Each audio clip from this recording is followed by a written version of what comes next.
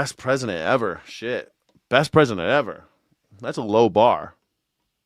The Presidents first U.S. aren't great. president to live in the White House was the second U.S. president. It was John Adams. John Adams moved into the White House in November of the year 1800. Before that, while he was president, but before he moved into the White House, before the White House was complete, John Adams lived in Philly. Both John Adams, the nation's second president, and George Washington, the nation's first president, they both lived in Philadelphia in the 1790s while the U.S. In the streets of Philadelphia. Remember that movie, Streets of Philadelphia, with that Bruce Springsteen song? Capitol. Tom Hanks. Man, it's so good. And the White House were being built in D.C.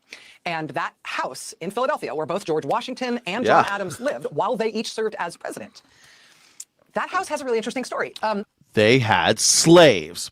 They had slaves in Philadelphia. You know, when our guys, George Washington, John Adams, when they lived in Philadelphia while the White House was being built, they had slaves. What do you think's what's wrong with knowing that? Are you ashamed to know that? Are you ashamed that George Washington and John Adams had slaves? It's part of our culture in America. It's part of our history. You cannot have culture if you do not have history. You cannot develop roots if you're constantly trying to erase the history. You're in fascism, you're in colonialism if your goal is to erase history. Because you don't want culture, you want dominance, you want control. But what do you think is happening right now in the house where Adams and Washington lived during the construction of the White House? Accidentally, the last remaining walls of that house were, by accident, torn down in the 1950s. That was the last standing portion of the house. It was accidentally demolished in the 1950s. Decades later, once archaeologists and historians figured out for sure where that president's house had been, the city got involved. They bought the land. They preserved everything they could. And ultimately, that site was reopened as a National Historic Site. Today, it is sort of an open-air pavilion where you can see the shape of the president's house. Have you ever been there? I've been there. Has anybody been there? I've been there. It's pretty cool. Cool place. Yeah. What culture didn't have slaves or moral aspects back then? Well, that's a good question. I don't think it's a contest. You don't need to go and compare our histories. We have history.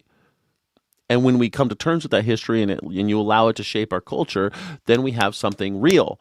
We can actually develop a deep American culture. That's why we don't have a deep American culture. That's why we borrow so much from the Europeans. That's why we're obsessed with race, because we don't actually build a deeper culture about the American identity. We don't really ever have a real conversation about it. Instead, we have conversations about trans people and black people and white people and Asian people. We have conversations about different parts of us, but we never have a conversation about what is American culture and how do we strengthen that so that we have one unified group of people. We don't ever do that in America. And I think it's because, well, I'm not the only one who thinks this. I think it's pretty well established. It's because they have a similar problem in Australia. Australians, they celebrate Christmas in the middle of summer down there because of the way the world works. It's super fucking hot in Christmas, but they pretend like it's snowing and they have Christmas trees and stuff. They don't ever actually develop their own culture because they're still living in this identity of colonialism. And when you talk about decolonializing, then you can actually build culture based on shared history. Because that's what culture is. It's shared history, shared beliefs, shared identity. We don't have that in America. We have division. We have identity politics. Sucks. You can see the foundations of the original building. They've got artifacts there from the time that George Washington and John Adams lived in that house. And while John Adams, who was from Massachusetts, while Adams was not a slaveholder, George Washington was. George Washington had 8 people who were enslaved to him, who he brought from Virginia to that house in Philadelphia to serve him while he was president. He later brought an additional enslaved person from Virginia to Philadelphia to that house, making it a total of... Adams didn't hold slaves, but there were slaves waiting on him. He didn't have slaves, but there were slaves building the White House. I think Adams was the first one to move into the White House, but that's a whole other story. George Washington 100% had lots of slaves. 9. And that is all part of the history there at this historic site in Philadelphia. Now, you probably heard about the fact that over this past year, President Donald Trump ordered the physical removal of all references to slaves and slavery at that National Historic Site. Well, today, a big change in that case. Today, happy President's Day, a federal judge in the Eastern District of Pennsylvania ordered that the Trump administration must put those references to slaves and slavery back up. The judge in the case is a Republican appointee from the George W. Bush administration, and she starts her remarkable ruling today with a quote from 1984 from George Orwell.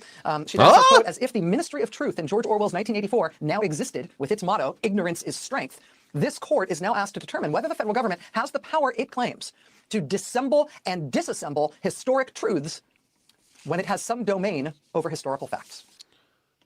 It does not. It does not. I now feel so vindicated because we have now Republican judges appointed by George W. Bush, a person I thought was going to be the worst president ever. We all thought that he was going to be the worst ever. Turns out he's so quaint, that little war criminal. And his appointee is saying that the Orwellian, they said that, the slogans of the party was war is peace, slavery is freedom, and ignorance is strength. The ignorance is strength is alive and well because of this administration, that Donald Trump, his party slogan now is ignorance is strength, because he's erasing the history of America by taking down simple reminders that George Washington had slaves. He's trying to erase the shared experience, the shared cultural identity of America.